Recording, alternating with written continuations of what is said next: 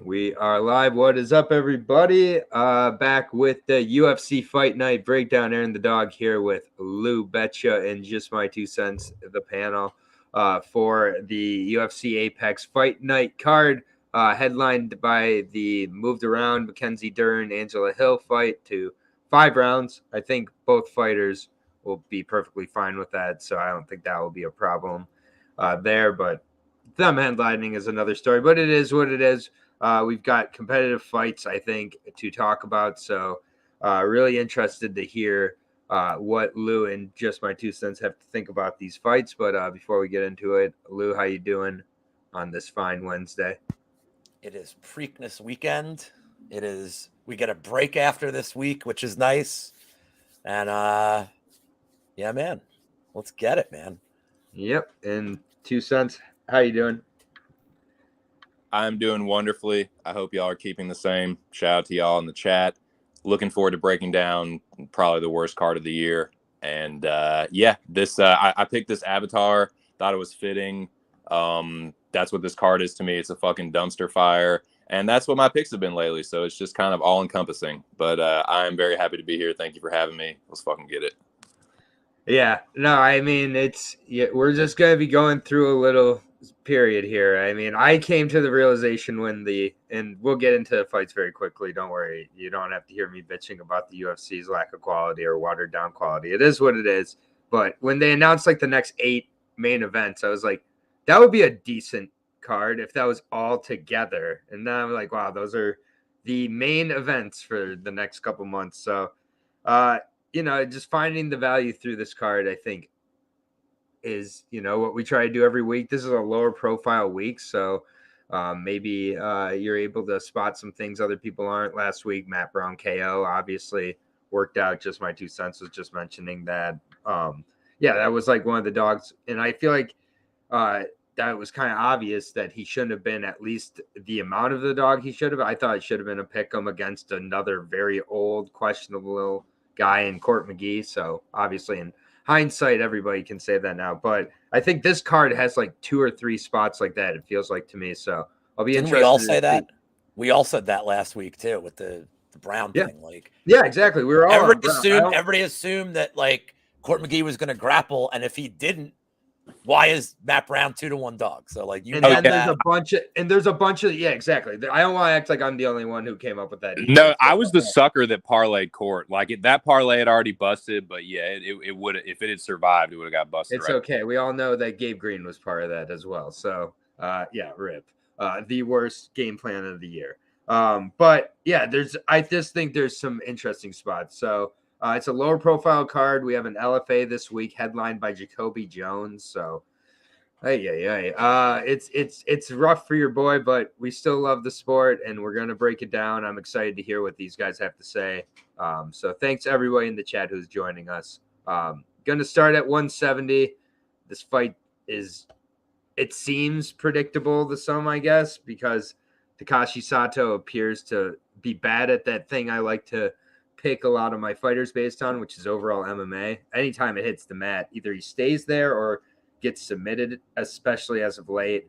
Themba Gorimbo, you can go back and look at his record and be like, oh, this guy looks like he can really grapple. He's got all these armbar finishes early, Darce chokes. He has not a lot of gas, and wasn't really impressed by the grappling chops against AJ Fletcher, Philadelphia's own. But this is just a fight where, for me, I'm going to just trust Sato's actual UFC experience here. And I get it. It's like, oh, just grapple with him. He's going to lose. But Gorimbo can grapple for maybe 6 minutes, and then he's going to melt. I think if he gets this 6-minute mark, Sato still hits very well. To pick him for a reason, I'm going to go Sato's side, even though the better grappler is Gorimbo. I don't know who the better overall MMA fighter is in this fight because Sato is much better on the feet. He can actually go 15 minutes. Gorimbo is questionable to me at best. Lou, how do you see this one? AJ Fletcher's from Louisiana, by the way. Just whatever. Does he train in Philadelphia now? I don't think so. But he's not from. But he ain't from Philly. I know that much. But he trains in Philly. Does he train with Brady and all those fucks? If he's I have to allow people into the state. Yeah. So I am not Well, either allowed. way, he's now Bo Nickel. Sorry. So this is tricky for me because I know Garimbo's cardio isn't like awesome, but also Sato does not push a pace. Like he doesn't really fight a style that tires people out.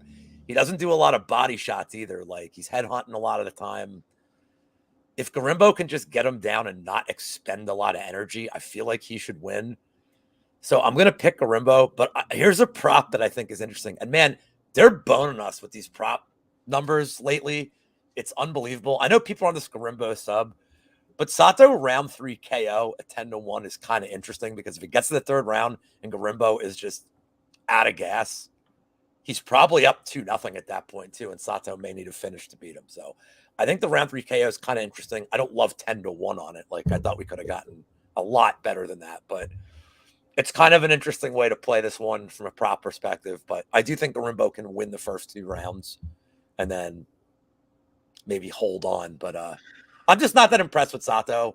It's not even the battle fight. It's just like that Gunnar Nelson fight. His complete lack of wanting to even be there disturbed me. Oh, I mean, Gunnar Nelson's a lot better than Garimbo, but I get what you're saying. Yes, but like you saw, he was just like, I mean, he didn't even like fight to get up. He just sat there and like put his arms back to block a choke and did nothing. Yeah, that's fair. That's fair. I mean, yeah, this is not a fight I'm running to the window to bet, and I think it's a pick 'em for a reason. I could definitely see what is happening for you. Maybe a live bet on Sato in the third round, hoping for that miracle KO will be more than. I mean, if you get like plus 250 or better after one, he's I mean that's the key. Like you got to see what the price they give you is. Yeah, but yeah, I think Garimbo and that means you have to closely watch Sato and Garimbo. So is it really worth it? Is it really worth and I do think that Garimbo wins round 1 at probably a better than 50% clip because if he gets one takedown, he's unless he gets yeah. If he gets one takedown, he's probably won the round. So that's yeah, yeah. All right, well, fair enough. Not that I was going to be betting Sato. I'm not betting him anymore after that. Just my 2 cents. Which side do you stay at? I have 2 things to say.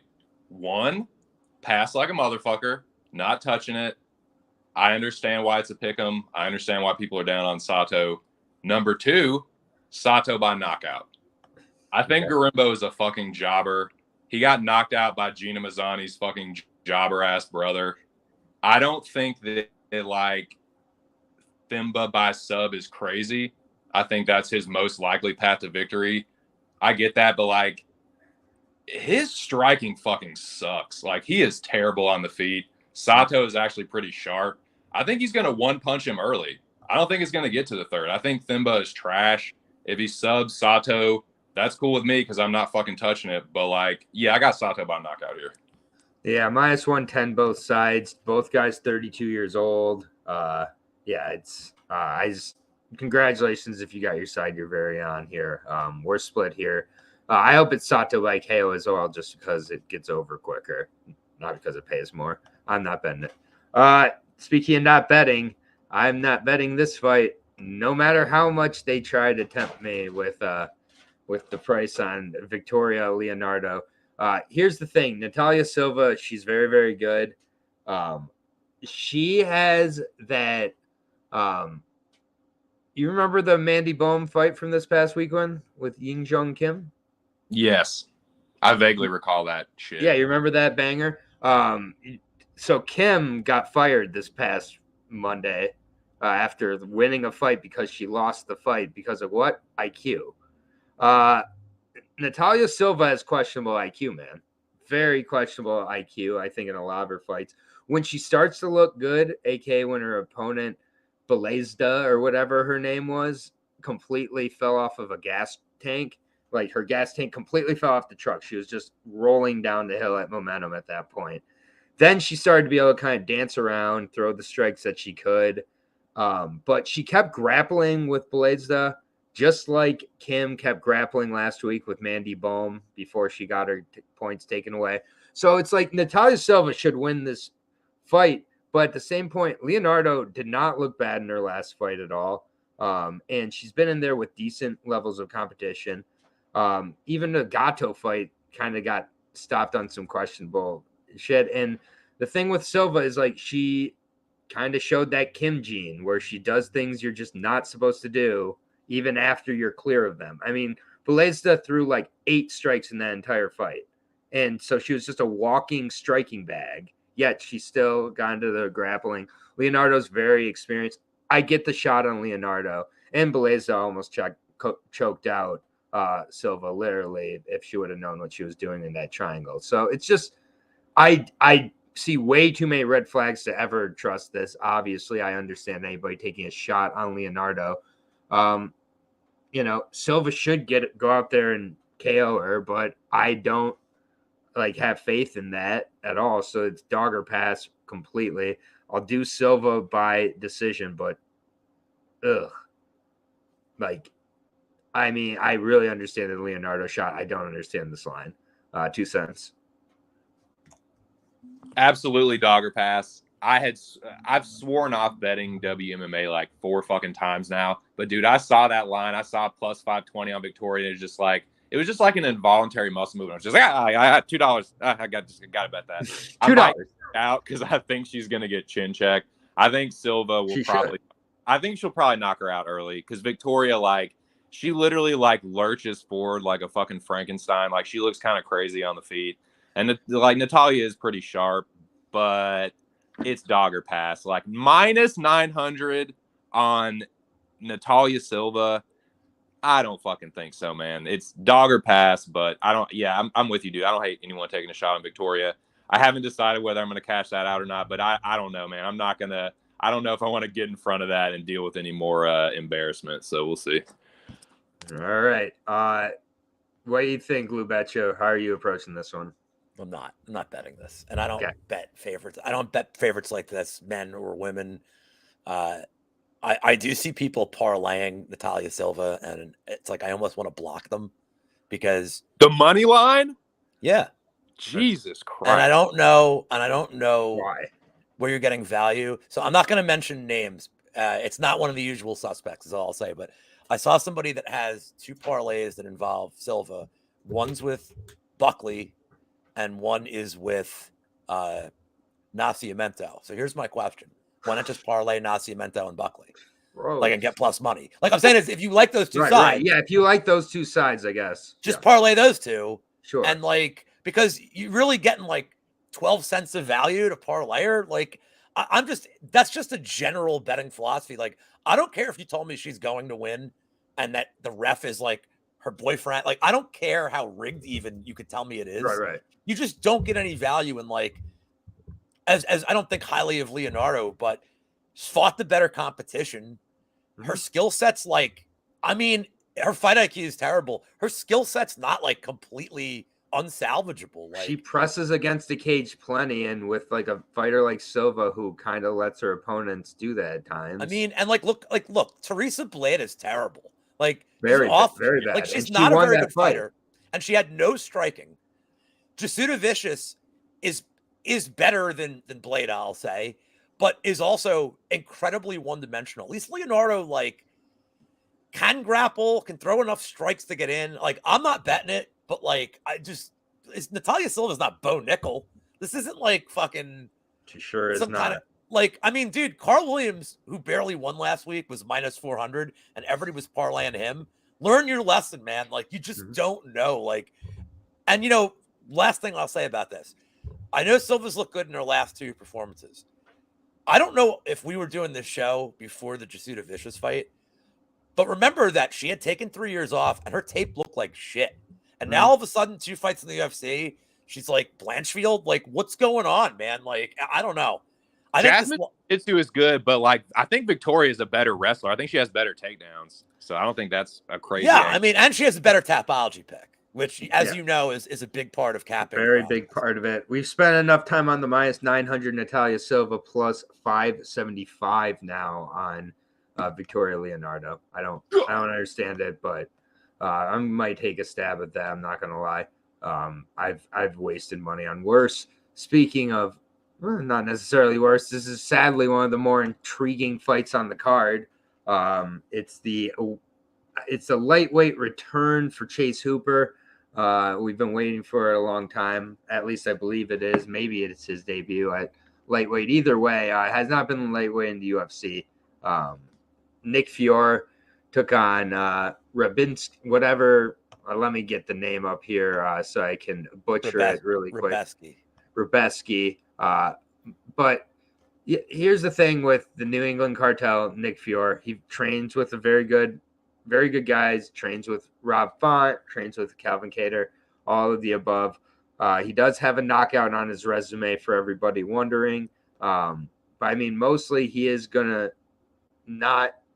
I think that Chase Hooper is picking a pretty good matchup for his lightweight debut here. I think that it's a type of guy who's not really shown kind of the level of danger that a guy like a Steven Garcia has shown in his career throughout it. And I just think that Fiore is going to kind of play a lot of the game of Hooper in this fight. So I think it's going to be a lot of scrambles. I think it's going to be a lot of grappling.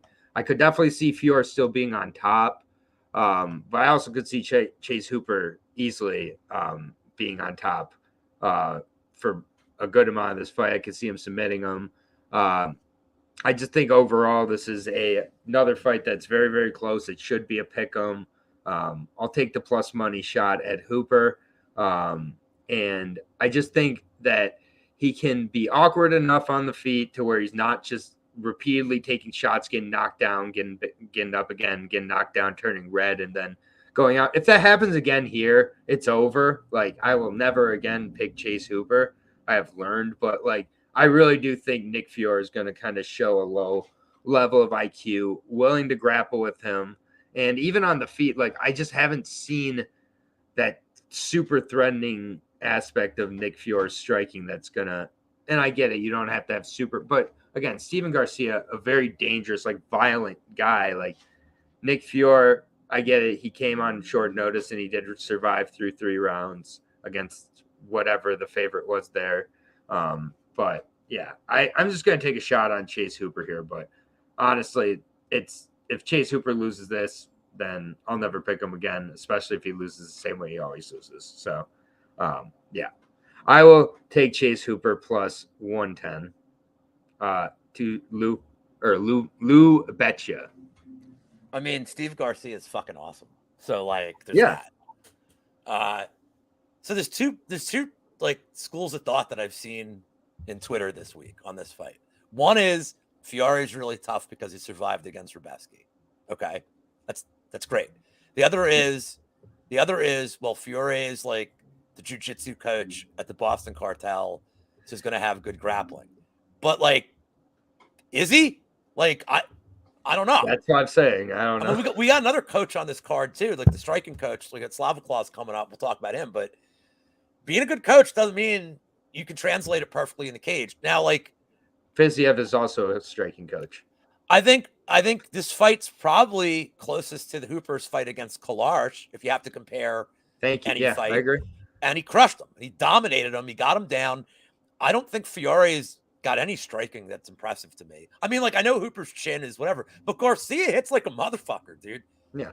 Like, I know Garcia has like a glass chin himself, but like, dude, Garcia has like serious power. I don't, Fiore isn't going to one punch Hooper. And if he doesn't, you're going to give me the guy that has experience in the cage. I know he's moving up to 155. I realize this is a big thing. And by the way, I don't think he's ever fought at 155. I think this is his first fight. Okay. Definitely, like you said, at the UFC, but I think it's his first fight ever. Okay. But is it really going to matter here? Like, I don't even think it's going to matter. I think Hooper is just so much better than Fiore. Like, it's his durability. I don't think we learned a ton about 155 Hooper from this fight. And like, Fiore is, I have to bring up that Fiore has faced Jay Ellis.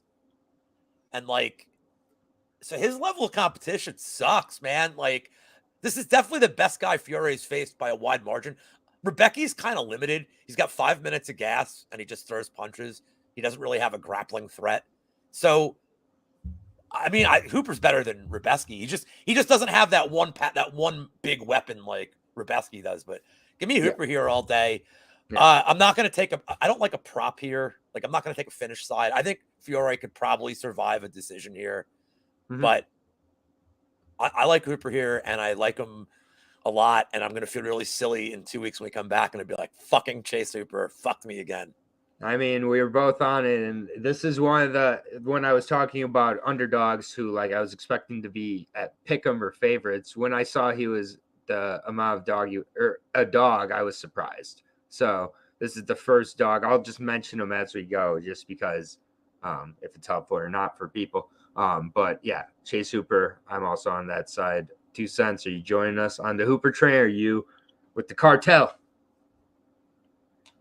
I am hopping aboard the train, boys. And this is, if I'm not mistaken, this started out as a pick'em, and it's weird that money has been coming in on Fiore because Chase Hooper as an underdog against a jobber like this is fucking pretty juicy, man. That's pretty slick butthole. I like at a pick'em, whatever, but Hooper, like, I think he wins this fight just by aggression. I watch these Nick Fiore fights, and like, he kind of just like waits for his moment to be opportunistic with the grappling. And like, that's kind of what Hooper does.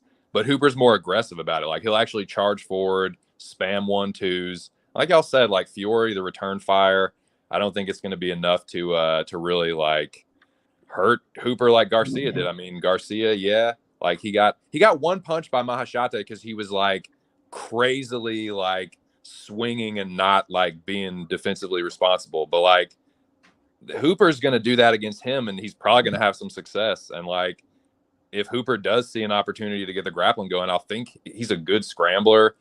He's the long limbs. It's Hooper for me, and especially as an underdog. Yeah, that just seems pretty obvious now. All right. Yeah. He's currently, plus 110. What up with that line movement, though? That's weird. What does somebody know something we don't? It's probably just people who have been burned by Chase Hooper before. Like, they're like, fuck this kid. Like, I'm never. Yeah.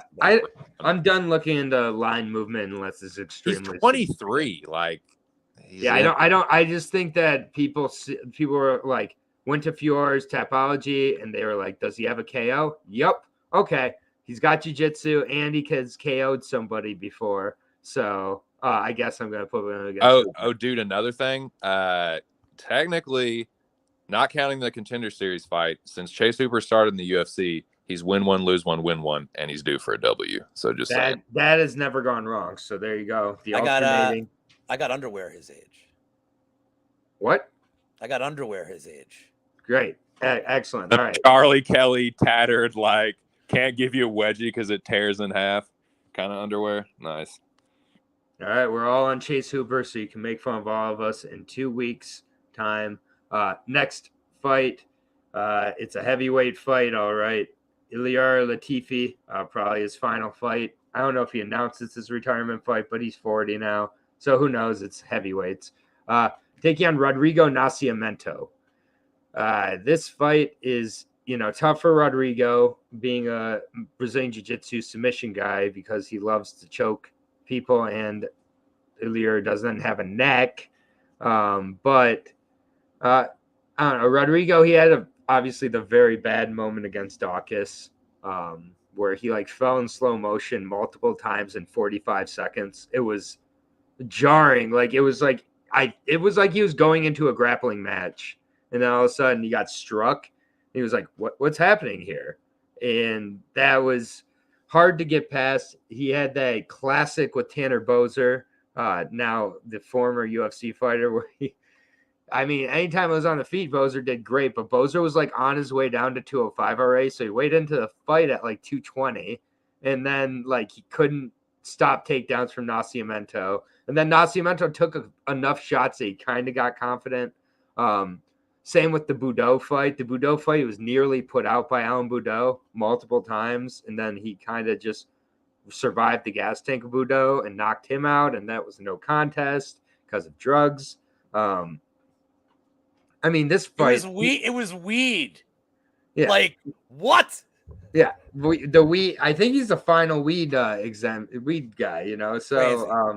Either way, Nascimento certainly looks like he enjoys the pot from his body. I'll be honest. He looks like he could lose a couple pounds, but he definitely is very, very big heavyweight. Latifi struggled with Olajesha, it's just like, this is not Alexi, whatever. a late. I don't know. This fight is another one where I just don't really want to trust it. Because Latifi, he's 40. He hasn't looked great, but he's been able to get by, but doesn't really strike that well. I mean, he'll maybe grapple and be able to get on top of Nascimento, though, and Nascimento will believe in his guard because of the love of jiu-jitsu. So, I mean, I'll take Latifi here just because, I don't know. I think he can get on top of Nascimento and stay there for 2 or 3 rounds and win it.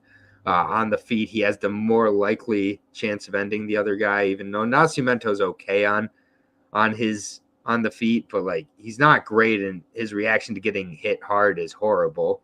I could see Latifi just closing his eyes and hitting him with an overhand early on and putting him away too. There's just too many ways I see for the dog, so I got Latifi here. Plus 165, I think, is what I got him at. If I'm not mistaken, maybe plus 160. I'll check, but yeah, this is just a gross one for me, and I just don't see Nascimento's path here, really. So just my 2 cents. You got this one first? You said it, Bubba. This is gross. It's fucking disgusting. The thought of parlaying Nascimento at almost minus 200 does make my stomach turn a little bit. So I will be taking a hard fucking pass. But I do think Nascimento wins. Latifi, he's a good grappler. He is pretty powerful when he lands, but I went back and watched the Bozer fights. Like, he's very low volume. I think Nascimento is just going to kind of light him up on the feet. I see the path for Latifi. Like, he gets hurt, he grapples, he gets him down. If there's anything he can do, it's wrestle. I don't see Nascimento finishing this with a submission, but I kind of am thinking it's a Nascimento knockout.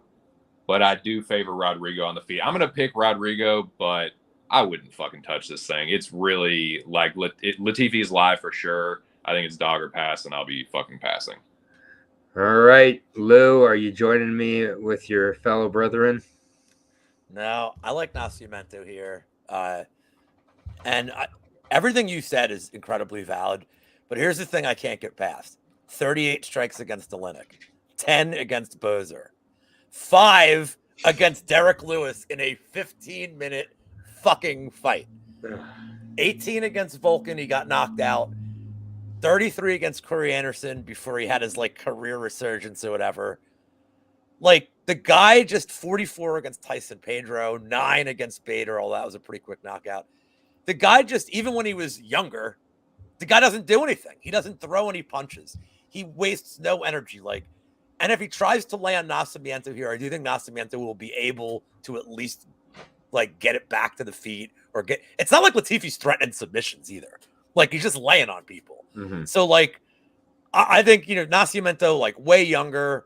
Do I think he's like super skilled? No, but I think Latifi's done, and also the retirement angle, man. Like, last fight he fought with Staff, like, what a dick.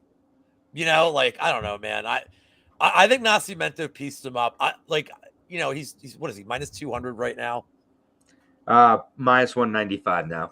I mean, it's not like again, you're fading a 40-year-old to make this bet. I don't know if it's you're also fading a guy who's not really a natural heavyweight. Like, Latifi's just always been like such an undersized guy at heavyweight. So I like Nascimento here. I don't know if I'm going to get to him, but I probably will in a parlay piece. I think under 200 is probably all right. But I hate Latifi, man. I hate his, like, he's not Swedish, man. Yeah. Come on. He's from like fucking he's like the ghetto of Dagestan. Then they have like an IKEA there, and he's like, "Nah, I'm Swedish, bro." Fair enough. To IKEA, the Swedish and Dagestani refugees. I'm on the Sledgehammer here, and I just checked. I did get him at plus 170, so I'll take it. It's as good as it's going to get, probably. But moving on to the next fight here, we've got a guy who I watched an interview with, and he blamed a heart condition on vaccines. And I'll let you guess which one that is. Orion Koski from like the where's he? He's from Arcata, California and did all of his initial fights with before signing with Alaska. the UFC. Yeah, no, with his brother. He was over in Bear River a lot. And no, he was not in Alaska ever. He trained with his brother, but he now is over with Team Alpha Male. I couldn't find the name of his original camp he was with, but yeah, Orion Koski, the Koski brothers, they've been pretty underwhelming so far in their UFC run. If I'm being honest, his win over Blood Diamond, he did show that he can kind of wrestle, I guess. He's taking on a guy in Gilbert Urbina who's been put away by Tresean Gore, and then he took on Brian Battle on the finale because Tresean Gore could not. I think he had an injury or something, and he got finished by Urbina. By Battle, rear naked choked by him. That was in 2021. It's been off since then. All of the Urbinas I fade just by nature. Hector Urbina, his brother, as well. Just they're not reliable. Orion Koski and Luis Koski also not reliable. Flip a coin. Do not bet this fight ever. I'll take Orion Koski, I guess, just because he's actually been training. I don't believe Gilbert Urbina spent the last 2 years training. I don't trust Gilbert Urbina, and I think that Koski probably gets another decision here. But yeah, this one's gross. Lou? Yeah, no thanks. I mean, Urbina is probably better.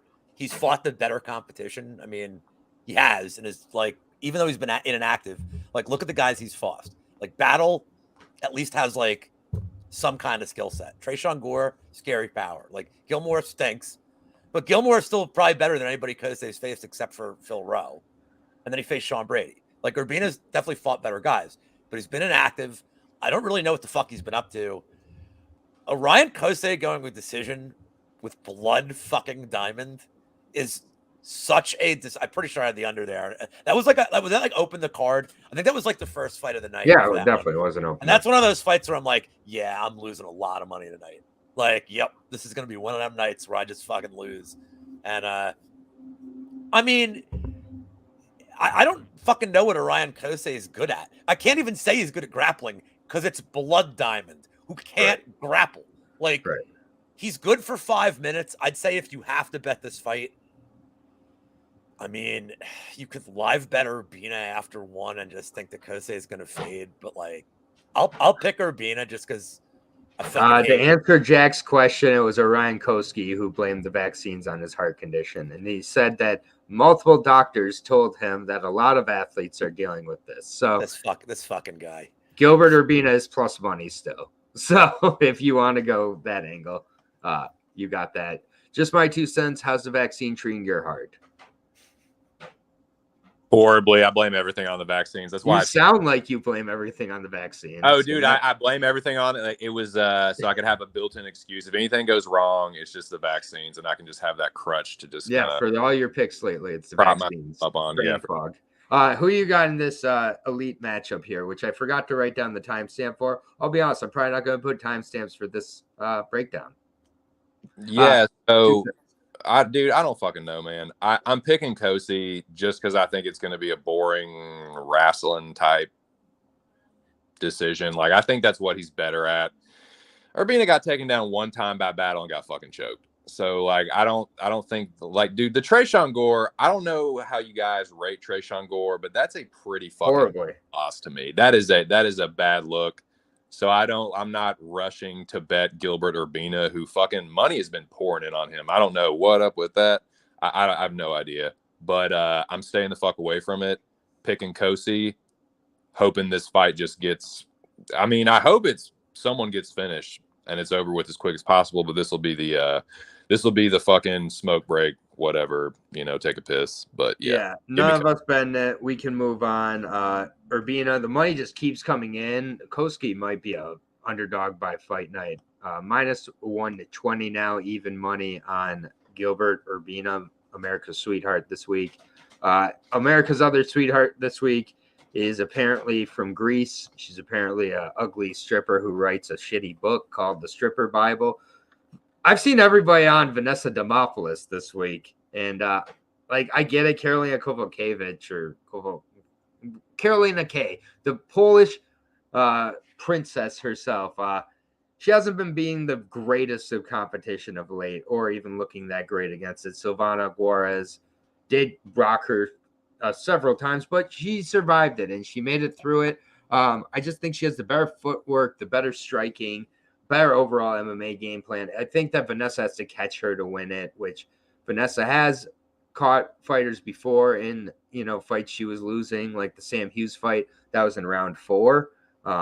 So that's a problem here with 3 rounds. But I mean, Vanessa, she's very opportunistic with the grappling. Her only chance is sub or bust, in my opinion. I think Karolina should win this most of the time. And even if she's close to the R word, I don't think she's there yet. And facing someone who's only a few years younger than her and not great herself in Vanessa, I got Karolina here. I think she puts on the clinic. But I get the Vanessa side. It's got to be grappling, though. So I just think Karolina stays enough where she should win the fight. And I think she should double or up in volume on the feet at least. So 2 cents. What do you think about this women's MMA fight? Dude, fucking shoot me in the face. This is the fight that I'm hoping just fucking falls off. Fair enough. Man, dude, I watched that fucking God, I'm so embarrassed to admit that I did fucking tape study for this. I watched that fucking Carolina Silvana Gomez Juarez fight. Silvana got fucking robbed in that one, dude. I think, man, this will be her worst loss, but I think she's gonna take it, man. I think Vanessa's gonna beat her. She's just more aggressive. Like Carolina, she doesn't like pressure, and that's what Vanessa's gonna do. Like, she's not that good. She is sub or bust, but I think she probably pulls off some fucking fluky shit. Like, I'm going to pick Vanessa. Like, I'm not touching it. I do think it's Vanessa or pass. Like, the idea of betting Carolina is fucking disgusting. But, if she wins, whatever, like, I'm not investing anything in this. I'm going to pick Vanessa just for the fuck of it, just because I think Carolina is she's kind of, yeah, like you said, getting towards that R word, and she's kind of a jobber, dude. Like, she only loses to good competition, but she doesn't, like, the split against Rose is her best win. Other than that, it's like Ronda Marcos, Felice, a robbery against Silvana, fucking Jody Escabel. Like, we'll be talking more about Randa Marcos in the main event. God. And like, we'll be talking more about Randa Marcos in the main event. Randa Marcos, isn't that the finisher? Randa Marcos in the main event. Isn't that fucked up, dude? That's crazy. This card is wild, man. But yeah, I'm gonna pick that stuff. Lou, what's your? I think we talked a little bit about this, but let me hear your side on it. Well, this fight will be on while the Preakness is going, so I will not give 2 fucks because I'll be watching the Preakness. I will pick Demopoulos by split decision. Oh, because this just everybody's gonna bet the fucking sub and like yeah. What's the sub number at again? Plus 350. It's not even fucking worth it. But like, let me see if they even have this lineup yet. Typically, I know with like the undercard props, you may have to wait a little bit. But here you go. I'm gonna have it. So let's see. Fight. That's just fight to be won by split is plus 380, which is. Jeez, they're just like, you are not getting any money out of this fight. I know. They're like basically anything I like to bet. Demopoulos, but okay, now this doesn't make any fucking sense. I actually I may bet this. Kowalkiewicz to win by splits plus 600. Demopoulos is plus 1,000. For a very closely lined fight, that plus 400 difference makes no sense, especially because Demopoulos just stole one from like Jinyu Fry. I think she won that fight, to be completely honest. Yeah, but it's and close. Juarez. So, yeah, demo split plus 1,000. There you go. Like let's go, dude. Plus 110. Hold on, what's demo by KO? Yeah, plus 110. This jabroni in chat is asking me. Yeah, you can't just ask out loud. Plus 1,000. It's called manners. I don't want to demo KO. Demo KO. Look, Mushroom saying hi to you, man. There you go. Shocker. I didn't know you knew who I was on my channel. He knows. Everybody knows. My reputation precedes me. But good to see you, Mushroom. Jack Yeah, with the eyes for Mushroom, I assume. Demo split. How you doing? Keep it moving. There you go. Yeah, plus 110 on say hi to 2 cents too. 2 cents is wonderful. Just because you can't see his What face. the fuck, Mushroom, dude? As many years as we go back, bro. Golly, you think you know somebody, man? You don't know anybody here. I don't even know myself. Plus 110, minus 130 to Carolina. I will say that the Zhongli parlay is all plus money this week. That was just a special for this week. I can't promise it'll ever happen again. Carolina was the closest to changing that. So I am considering parlaying Carolina, but we'll see where we get on that or if I even touch it, honestly. Next fight here, Mahashete versus another one of the teachers. This time it is Slava Borshkov. I think this is going to be a really good fight. I think it's going to be really entertaining.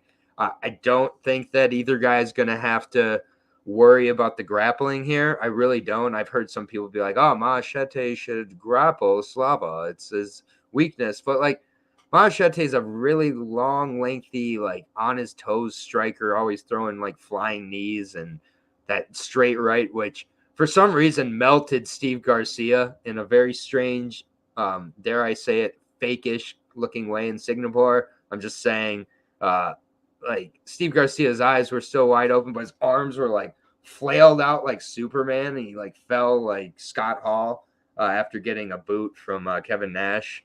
Big sexy. Solid reference. Solid reference there. Thank you. And I just thought it was a little bit weird because it was like, even they said on the replay, and you watch replay, he didn't wind up on the right at all. He always throws that right. I think that Slava Claus is such a better technical striker, and when he doesn't have to worry about the takedowns, he's in heaven. He's also a pretty lengthy lightweight himself. Machete will be a little bigger, but I just think Slava Claus is going to go to the body a lot where Machete leaves it quite open. I think he'll be able to kind of figure out the patterns. I think by round 2, Slava should be able to take this over, if not wire to wire type of finish. But I'll say a round 2 TKO for Slava Claus here. I like this matchup for him quite a bit. I just don't think Machete is going to turn into a Division I Chinese wrestler all of a sudden. Lou? Yeah, I'm right there with you. And I actually fucking love this fight for Borshev. And there's a couple reasons. One is, look at the guys that Mahashate's fought so far. So he fought Steve Garcia, who runs in like a 7-year-old, like just going like this. You put your hand on Garcia's head, he fucking stops. Like, he fought a guy that just wanted to have like this absolute war, and he caught him. And then he fought Rafa Garcia, who's another guy that wants to have a fucking war. In his case, though, he's durable. That was a great fight, by the way. Machete Garcia fight was like, we didn't deserve that to be that good, but it was. Yeah. But now he's facing easily the best guy he's ever fought from a technical striking perspective. And he's also facing a guy that does not get drawn into those kind of wars. Like when he fought Duncan, he's patient. He picks his spots well. And I think he's going to pick Mahashate apart here. I don't know if he gets the KO. Also, this price is fucking terrible. It's like plus 175 last I looked. Yeah. So bad. But I think he's a pretty safe parlay piece here. And for this, like, 2% of the people that think, like, well, Mahashate can grapple here. I think he grappled a little bit against that, like, fucking Archimedes Esther guy or whoever the fuck. Very little, yes. Which, by the way, if I'm not mistaken, didn't that break like a 22 fight losing streak for Chinese fighters in the UFC? I know it's like some crazy stat. So, but like Borshev's just going to keep working on his grappling. He's going to keep working on his grappling. Look, man, Mike Davis is a good grappler. Diakese, while not a finisher, still a pretty good grappler. Like when he chooses to grapple, he's great. Yes, these are guys that have been grappling for years that have like at the UFC level. I've seen nothing that, and I hate when you try to cap these fights. I realize that we have to fill in some blanks, but assuming a guy is going to go to takedowns, this is that betting a negative that I hate. You see a guy with deficiency. If you're betting on Mahashate, you need him to exploit it, and he hasn't shown that he will. And he may not have time because Borshev just may piece him the fuck up. So I love Borshev here as a straight bet, as a parlay piece. I'll give you a 2 sweet since you gave me the Scott Hall and Kevin Nash stuff, and give you Poochie Bomb from Don't turn Nash. your back. And yeah, that's it. Borshev all day for me here. Yeah, no, I love it. Are you with us, Lou? Or 2 cents? Sorry, are you with us, 2 cents? Dude, Mahashate ain't about to do no goddamn grappling. Are you fucking kidding me, dude? That is the craziest thing I've ever heard. This is, dude, I'm really pumped for this fight. I had a lot of fun watching the tape for this one, and this is really going to be a battle. This is the battle of the right hand from Mahashate and the left hook from Slava. And I noticed something watching both of them. Mahashate keeps that fucking right hand low, and Slavakaz keeps his left hand low. And if Slavakaz, it all depends on how he approaches the fight. If he fights smart, he should win and knock Mahashate out. But if he fights crazy, Mahashate is good off the back foot, and he's a good counter striker. So I'm really looking forward to this one. I'm not touching it. I'm going to sit back and watch. I'm going to get real fucking Irie poofed out for this one and just kick back. But the pick is going to be Slavakaz by left hook KO. Mahashate does not.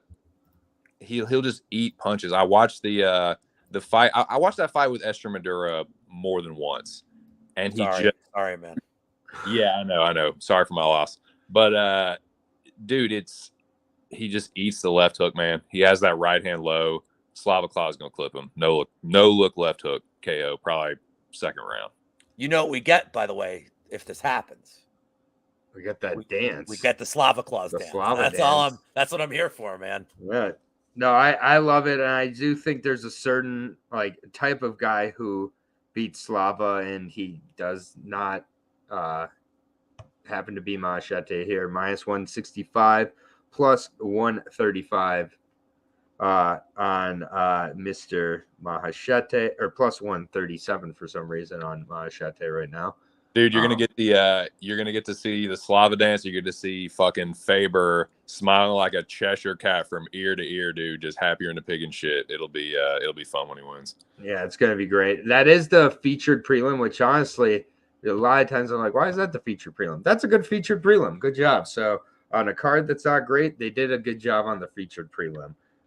First fight on the main card, the return of Diego Ferreira. I was like, oh yeah. Diego Ferreira, he hasn't fought in a while, and when he did fight, he lost quite a bit leading up to that. Taking on Michael Johnson here. I believe Michael Johnson has a new contract now with the UFC, so expect him to fight full Michael Johnson in this fight. Yeah, I don't know. 37 years old, Michael Johnson, 38-year-old Diego Ferreira. Diego Ferreira 17-5 now, 3 straight losses. Submitted due to strikes against Mateus Gamarot. That's not something you ever want to see. Hate to see it, in fact. Got ground and pounded out by Gregor Gillespie. Those are 2 fights where I just think the grappling really did wear him down and play such a factor that won't be as much in this fight. A split decision to Beneil Dariush that ages very well. That was a really good fight as well. Yeah, he's got good wins on his record. He's got decent jiu-jitsu when he chooses to use it. His takedowns are a little bit questionable. He's got good boxing. He's pretty steady with it. He's not as fast as Michael Johnson. Michael Johnson's much faster. It's kind of just about, this resurgence of Michael Johnson. But again, it's been against Alan Patrick, Jamie Malarkey, which he was on the short end of the split. But I personally thought he won that fight. And then Mark Diakese. Mark Diakese decided not to be Division I Mark Diakese. And Michael Johnson ended up getting the better of him. He was just faster. He throws good volume, so has good power.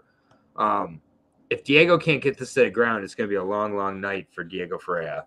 I question his ability to take a shot, even though he's taken some time off. So that does make me a little more encouraged by it. But I just think Michael Johnson's much quicker. He's got good wrestling chops himself. So I think defensively, he'll be able to keep Diego from where he wants it. Yeah, I'm not saying I'm rushing to bet it, but I am going to take Michael Johnson. I think at plus 135 for the layoff of Diego Ferreira, I don't really love that. I don't think Diego has an incredible wrestling game either to get it down to the ground. So on the feet, I think Michael Johnson has the edge, and I think Michael Johnson takes this one. Plus 135 as well. I think it's a perfectly good bet. So Yeah, I like Michael Johnson here. Just my 2 cents.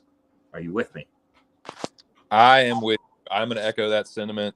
I think it's this is a good spot for Michael Johnson. He's a little bit younger.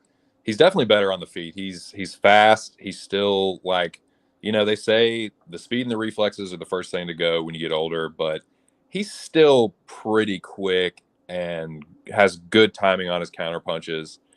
I think he's going to sleep CDF, man. I think Carlos Diego Ferreira, one of them, look, one of these guys, well, I was going to say that one of them is going to lose 3 in a row. That it's hard. It's like, okay, do you think CDF's going to lose 4 in a row?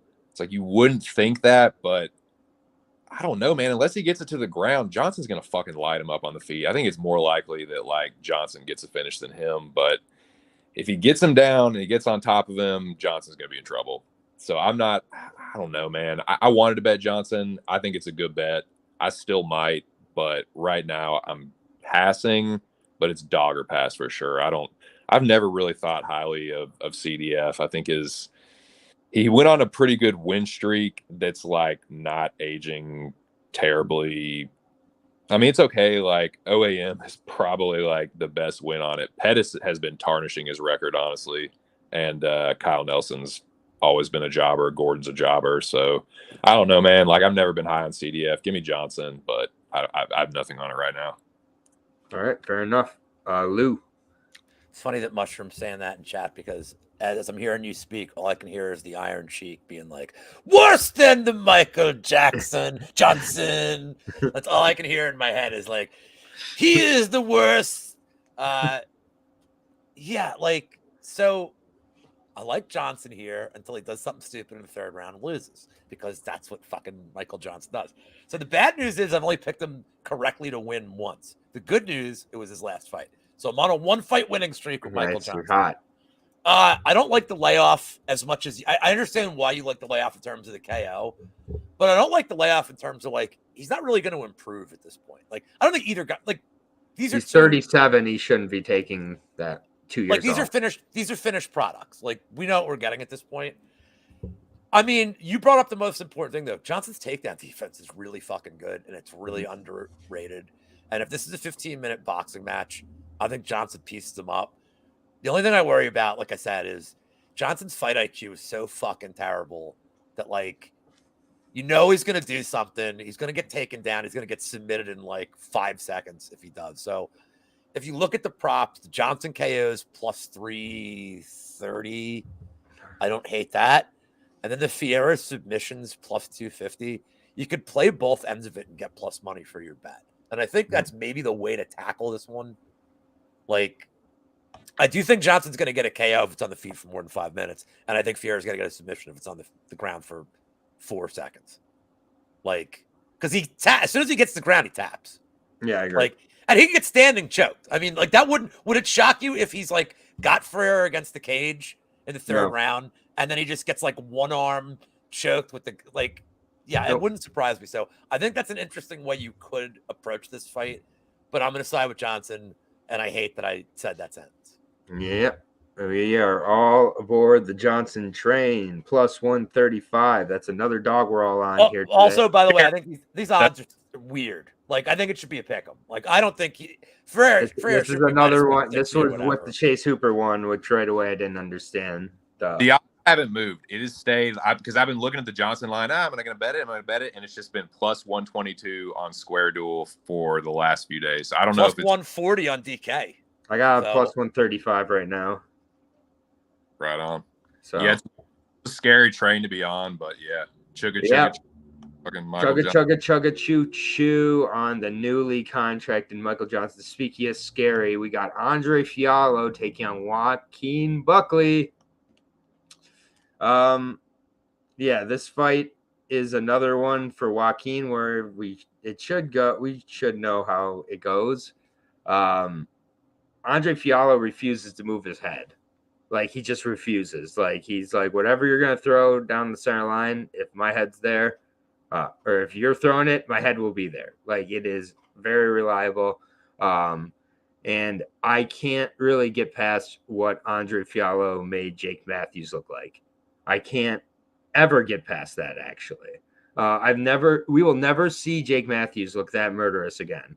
And the way he looked, it's just Andre Fiallo. Just his high point was the James Vick victory, which in that fight he was taking a ton of punishment. Also, I just think Joaquin Buckley has to throw things and throw consistently. And he's going to put away Andre Fiallo probably inside of a round, honestly, just because I think it's going to be pure violence between these two. Andre Fiallo's only way of winning is moving forward and finishing Joaquin inside the first round. So honestly, like, I'll take Joaquin. I'm not betting him at all. I do not believe that Andre Fiallo has the IQ to win a fight against anybody of decent stature in the UFC. Sorry, he's just as unreliable as they come. Lou? Yeah, Buckley's going to knock him out, and it's probably going to be early. It's even money for the KO prop. I'm fine with that price. I want to talk about the Fiallo fight, and it's the fight he won that just showed me this dude is the fucking worst. And that was the Cameron Van Camp fight, because Van Camp fucking blows and was landing. I think he landed 100% of his strikes in that fight. Yeah. Like, until he got knocked out. I mean, he landed everything. I'm actually shocked. I'm shocked that Pereira didn't finish Fiallo. Like, and I think this was in the point of his career that he was like trying to kind of conserve his cardio a little more, like, and not be like doing fucking moonsaults and shit during fights, where he's like, all right, I got to pace myself a little better. His talent is there. And I think that's what he did. He just kind of, I don't want to say he took his foot off the gas. I just think he fought a way more conservative fight against Fiallo. Didn't really even get Fiallo in trouble, but Fiallo didn't land shit in that fight. I don't love Joaquin Buckley. I think he's so overrated. I really do. But this is a get right spot, like, easily for him. I think if you just want to play the money line in a parlay, that's probably fine too. But I'd be shocked because he does have decision equity, I suppose. He may even grapple. I don't think he will, but if somebody's going to initiate the grappling, if Buckley gets tired, remember he said he's going down a weight class here too. That's very important for this fight. Is we haven't seen him at 170. I mean, like, I'll be honest, I just hope he misses weight by like fucking 6 pounds. If y'all was like, I don't care, and then Buckley just comes in at like 200 on Saturday. And just like knock him out. Down. Get this done. Yeah, I don't know what Fiallo does well, and like, I nailed that Matthews. Dude, I had Matthews in the distance there. I'm like, dude, Matthews is like at least got the skill set to like make it interesting. Take him. No, I was so off of Matthews, it wasn't even funny. I was like all on the Fiallo train. I was blinded by it, man. And I want to see. There's one. I'm not going to bet this probably, but I kind of look at this Buckley by submission prop at plus 1,600, and I'm like, why not? If he grapples, no, I don't hate plus 1,600. Like if this thing, and like the thing is I wouldn't even do round one. I'd want to do like, I mean, you look at these fucking numbers, and it's like round 2 subs plus 4,500. Round 3 sub is plus 9,000. Like, Fiallo doesn't have a great tank, dude. What if Buckley just starts fucking? Buckley's like just trying out the jits here. Well, what? Like, I mean, we've seen this before, where if you have a guy that like, and Buckley has started to grapple. I'm not saying like, by the way, don't bet more than like $5 if you're gonna do this, but like, when you see guys that like have been working on their grappling against a guy who is completely out of cardio, right? I mean, he could certainly like just fuck around and try for like. I mean, my entire parlay is plus 9,000.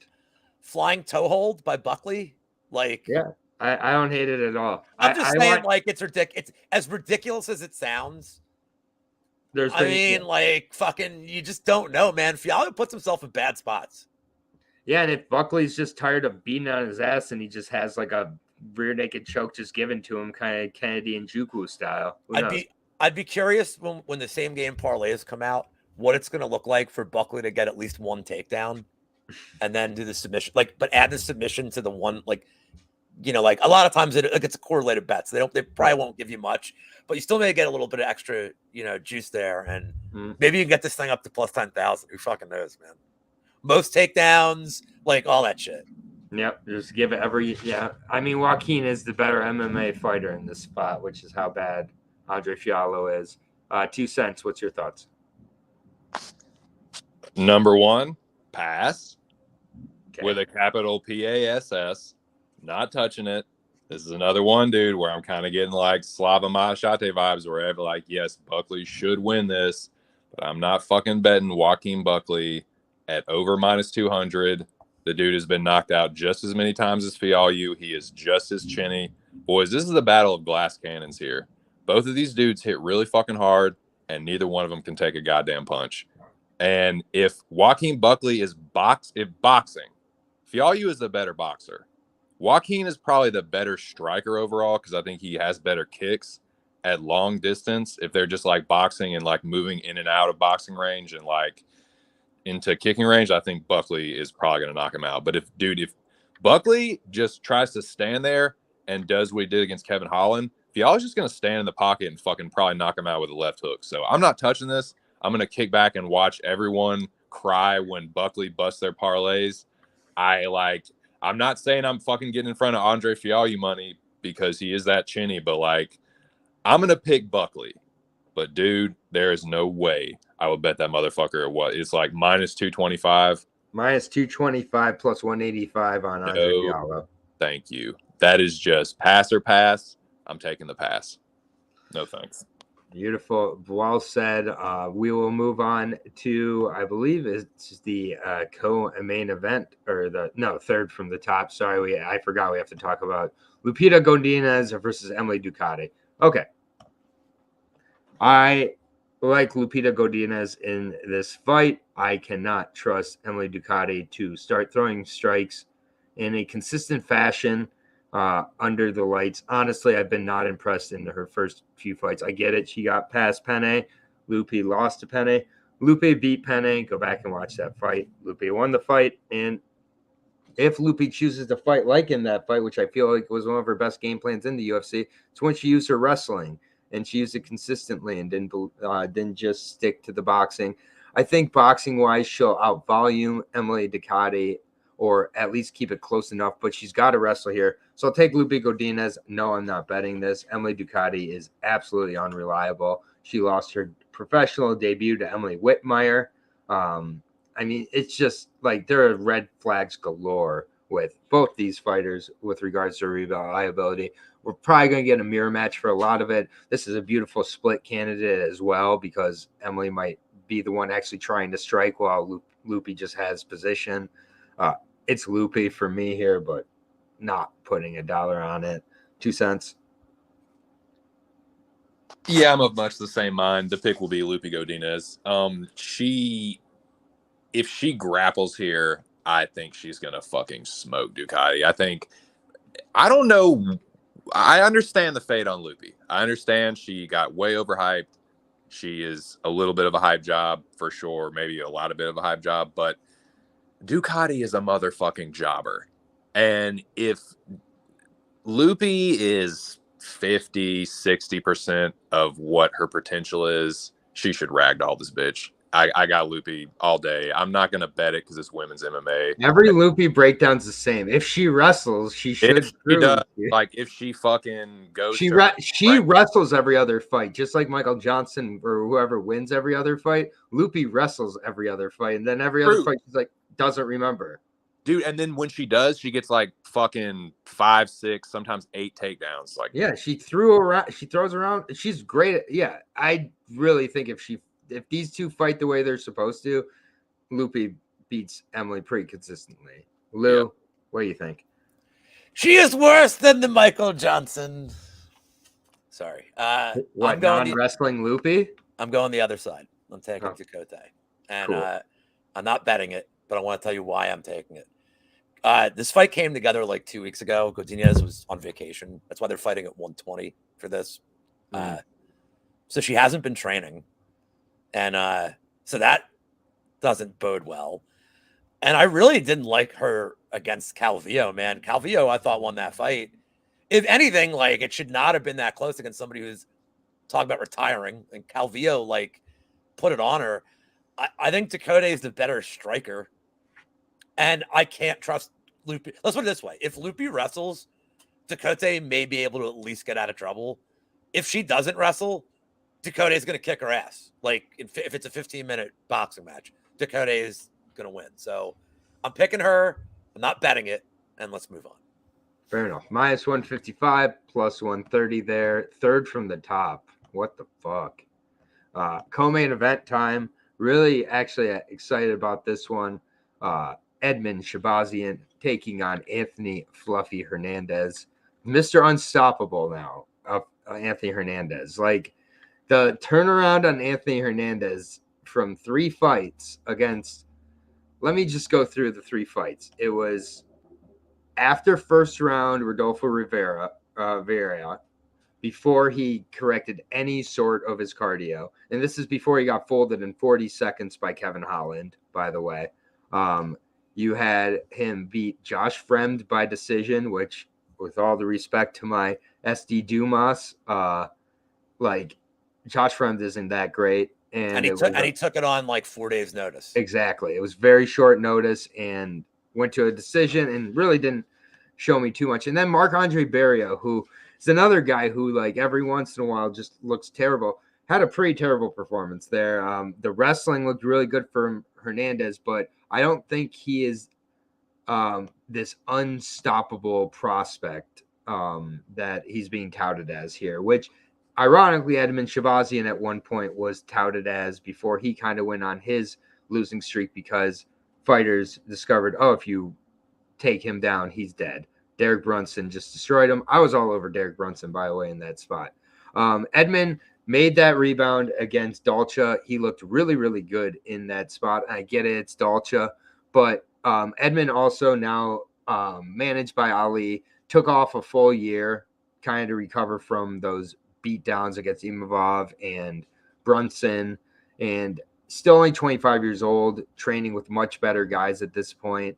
And I just think he is still evolving. I get it. Anthony Hernandez is gotten to a very, very high point. I think he is very good, but at the same point, like, I think he's gotten pretty overrated, and now it's bled over into this line that I can't turn away from a plus 200 Edmund Shabazian. So congratulations, you got me. I got Edmund at plus 200 here. I think that Edmund is superior on the feet. If he's struggling in the wrestling, Anthony Hernandez certainly can grind him out and then submit him. But I think on the feet, Edmund is significantly better. Anthony's been weak to the body before. And I do think that Edmund enjoys going to the body quite a bit. I think he's much more diverse, and I think he's still getting better at this point. And plus 200, it was just too, I couldn't resist it. I bet it as soon as I saw it. I don't think we're going to get better than plus 200. If we do, I don't know if I should be worried or excited, but I got Edmund here. I think that he's got the higher ceiling. I do think that there's a very clear route for Anthony Hernandez, but I don't think this line makes any sense. Lou, who you got? I agree. The line is crazy wide here. Like Barrialt's a fucking bum. Like, he's a fucking bum, dude. Like, yeah. Just the way it is. So there's one bet I love the most here, it's the under, because Fluffy's path is probably submission. It's probably early takedowns, but I don't love his cardio. He was tired against. I mean, I know people like love his cardio, but like Vieira's a gas bag, so his cardio is going to look great there. Yeah, and he was tired against Fremd. Like, he was gassing bad. So I'm not sure. And then Shabazian fights such a high, crazy pace too that I question his cardio. And the dude's been finished. Brunson got him late. I don't know. The Imavov loss was kind of weird. It's kind of weird how he lost. It's not weird that he lost to him. It's weird how he lost. I think that the crucifix was like kind of like just, you don't expect that shit from Imavov. Mm-hmm. I didn't expect that fight to play out that way. But I think Shabazian is way better. He's a way more dangerous striker. He's more technical. He's got more power. Agree. I don't know what his takedown defense looks like. Mm-hmm. Like, I don't. And that's going to be the big question here. But I think either one's path is finish. So I love the under in this spot. Fight doesn't go however you want it, whatever you're comfortable with playing, any time prop here. I'm with you, man. I mean, like, at this price, like, I kind of like Shabazian, man. And like, I think he's another guy that, like, you can't look at even the tape of him, like, for more than like 3-4 fights ago, because like he changed his whole camp, he changed his lifestyle. Like, Rousey, like, that whole camp is obviously proving they don't know what the fuck they're like. He took off time after those finishes too, which we've seen with an older guy like Font made that difference from where he fought Cheeto on the show. Like, you can recover your ability to take damage. I'm not saying the damage ever disappears, we know, but you can, especially I think 25. he's at a better camp for him right now, and he's maturing. Like, I think he's making the right life decisions to get better. Mm-hmm. And like, you like seeing that. Like, whereas Hernandez is probably the all around better skilled martial artist, doesn't always win fights. So Yeah. I think Hernandez should be the favorite, but I would put him at like minus 150 range. No, I agree. Like So it's got to be a price play here for Shabazian. And if you like Hernandez, you got to take him like sub or in the distance. But yeah, 2 cents. It's like even money for that, dude. It's not even great. Yeah, no, I agree. 2 cents. Where are you at? God damn it, boys. I am completing the fucking That's the third dog. Dude, I'm scared again. I'm even more scared now. I got in on Edmund early, dude. It has been like, I don't know if a windfall is the right term, but like it is the price has been slowly like creeping. I don't know, towards even money, but like towards more of like a Edmund being a slight dog. I got him at plus 235 as soon as it started moving. I bet it Monday. Nice. Yeah, dude. I'm sorry. I think Edmund should be the slight favorite here. I know that he, like, other than Tavares, his wins aren't incredible. They're mostly against jabronis. But, like, the upside for him, I think, is so much higher. You brought up the guys that Fluffy's been beating. Like, they're fucking jobbers. Like, I think Edmund would crush them. And I think the dudes that Edmund lost to, Imavov, like Hermanson, Brunson, those are all, like, other than Imavov, Hermanson and Brunson are top 10 fighters. Mm-hmm. Fluffy, like, yeah, the win against Allen is good. But other than that, dude, the guys he's fighting are not on that level. I think Edmund's a way better striker. I do love that he's Extreme Couture now. I love the move away from the Tarverdian. I think that dude was absolutely like poison for him. So I love that move. I think he's getting better. This was just like I just auto bet this. It was a numbers thing for me. Mm-hmm. It looked off. Shabazian should not be. I don't even think he should be an underdog, let alone a over plus 200 underdog. I got it hooked me. I got it. So yeah, man, this is another reason I chose this avatar. I'm going all in, not all in, but like it's pretty much Edmund or homeless for me this week. I do have some action on Haney too, but like other than that, for UFC, it's going to be on Edmund. So let's warming by the Edmund fire here. All three of us on this dog. So the three dogs we're all on unanimously so far. Chase Hooper, then Michael Johnson, and Edmund Shabazian. So moving on to the main event, and then I will get to my Zhongli parlay, which is all plus money this week because it's that kind of card.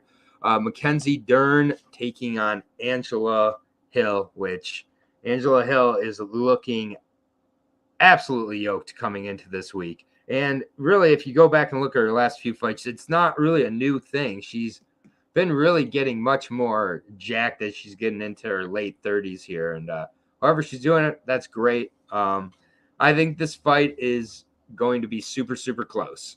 I think it will look a lot like the Yan Jianan fight Mackenzie Dern was just in. That was also a 5-round fight, went to a majority decision there as well. Yeah, Angela Hill just like, and Jack got it at plus 250. Congratulations, because I am on the Angela Hill side here in this fight. I just think it simply comes down to she really, really stays busy and is pretty damn hard to submit as well. And Mackenzie Dern, not a takedown machine by any stretch. So a lot of times she gets her takedowns from a lack of IQ in her opponents. And I just think that Angela Hill has the IQ to keep this where she needs to keep it. 5 rounds, I think, slightly favors Angela Hill as well. Mackenzie Dern has also been able to show she can go 5 rounds. Mackenzie Dern has the finishing upside with the submission. But, yeah, give me Angela Hill. I wish I could have gotten at plus 250. I got at plus 150, however. And I just think that she stays busy over the 5 rounds. She gets this done. But, she has a certain level that she loses to, as we've seen at 15 and 12. The Verna Jandarobas of the world do get it done. So she's not a lock at all, but I just like this number. And I like that it's 5 rounds. I think it favors her.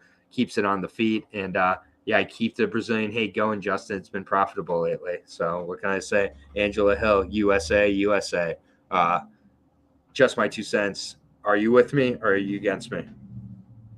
I'm against you and I hate you. No, I'm just kidding. I am against you on this one. But it's not very confidently. I'm not fucking touching it. Chick fight. No, thank you. I don't hate the Angela Hill pick. I'm going the other way because she just gets jobbed in these fucking decisions, dude. And I think if it goes to a decision, she beat Claudia Gadea. She beat I know, Waterson dude, Gomez. I know. And they just like, nah, you're not getting it. And just I was profiting so much off her getting screwed in decisions during that time because I bet both those fights for the other. That's great. I've never bet Angela Hill before. This is the first time I've ever bet her. That's funny, man. Well, I hope you cash it. I'm not touching it, man. I just think like if it goes to a decision, like they're probably going to try and push Mackenzie a little bit more. She's a little bit younger. Like, I don't know, man. Her takedowns are not very good. And like, that's her path, man. Like that's her most clear path is getting the fight to the ground. And she's not very good at that.